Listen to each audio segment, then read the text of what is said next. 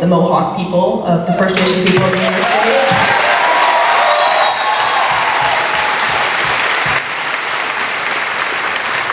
And I'm a soon-to-be graduate from SUNY Plattsburgh studying geology in December.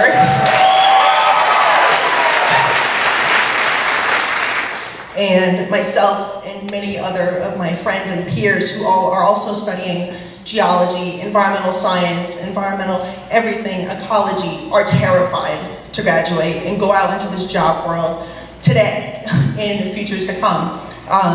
And seeing this bill pass and seeing research being cut, all these policies being cut, essentially destroying our planet, and especially up here in the North Country, we are already seeing the effects of climate change, especially in the Adirondacks. We're seeing species move away from here. And I want to ask you, especially, how does this bill affect colleges in the North Country up here? And if you do have any advice for us soon-to-be graduates going out into this hard world to soon to come? Thank you. So, and listen, I don't want this to be all doom and gloom, but we also need to be real about what's going on here. This bill has actually has so many writers tucked into it for the oil and gas industry. And this isn't just about cutting support for wind and solar, which is what they're doing, but also what they're doing is that they're actually inflating investments and making it easier for the fossil fuel industry, more than even what the market supports right now. So that means creating and pumping and drilling for more oil and gas than what people even want. It means ending, for all the billions of dollars in fossil fuel subsidies that they support, it means ending the relatively much fewer supports and tax incentives for wind and solar. And it also has a massive jobs impact as well. There are a lot of jobs that are on the chopping block due to the Republican efforts to cut this support. And as it affects to climate change, this is something that's very important to me as well. And it's important not just legislatively, but personally. The Adirondacks are very close to me. I'm a backpacker, actually. I like, that's my way of trying to find sanity in the spring and summer months. And the Adirondacks have always been a refuge for me when things have gotten really tough. You know, spending some time out there and connecting is so tremendously important. And the idea of it being at risk, a jewel of that being at risk for our state is terrifying. But I do think that something that is important is that the renewable energy revolution is coming. They cannot out-subsidize the market here and where we are going as a country. And the hard part is that Paul and I have worked really hard in how we do right by fossil fuel workers and the community of fossil fuel workers in this transition. Because believe it or not, when it comes to a lot of fossil fuel work, it's very compatible with geothermal energy. There is some necessity for drilling, but drilling what? We could be drilling oil out of the ground, or we could be installing sustainable geothermal energy systems. And putting those same people with the same skills at work in a way that does better by our planet.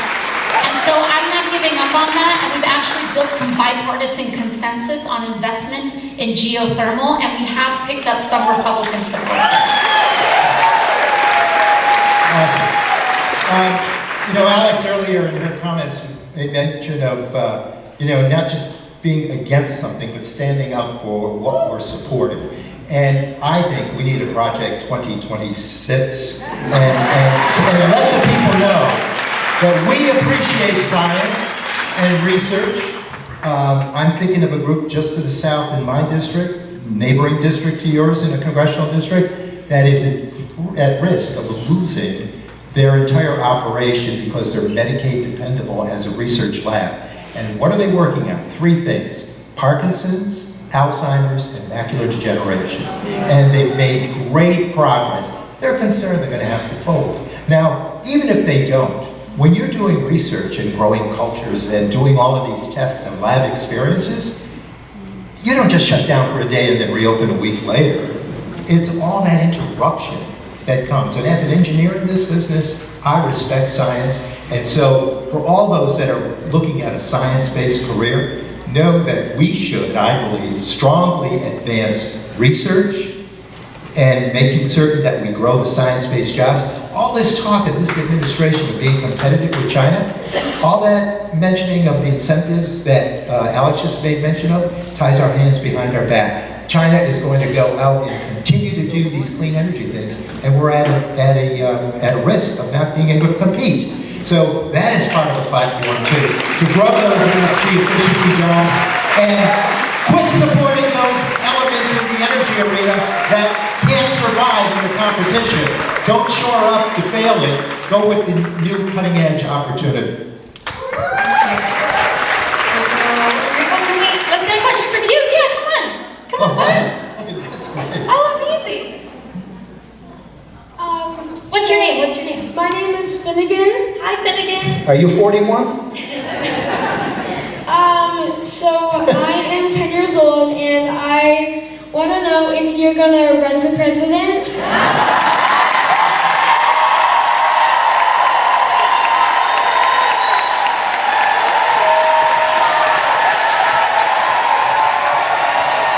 that all, Finnegan?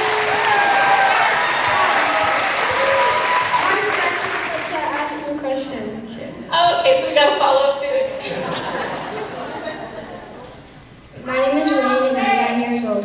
And my question is, what can kids do to help make the world fair for everyone, even if we're not old enough to vote? Oh, thank you.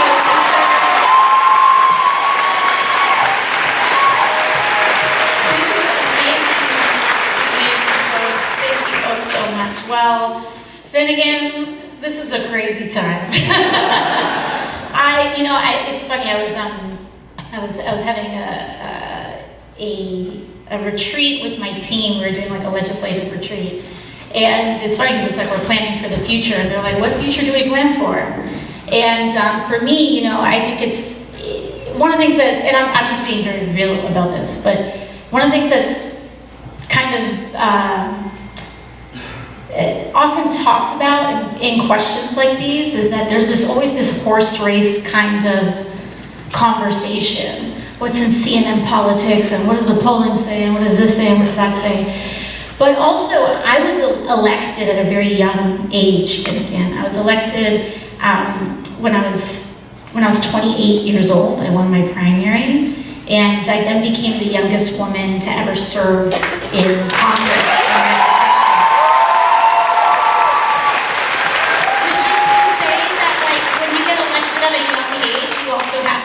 A lot of other things too, and I don't know, we'll see, but I know with support from people like you make me feel like I can do anything. So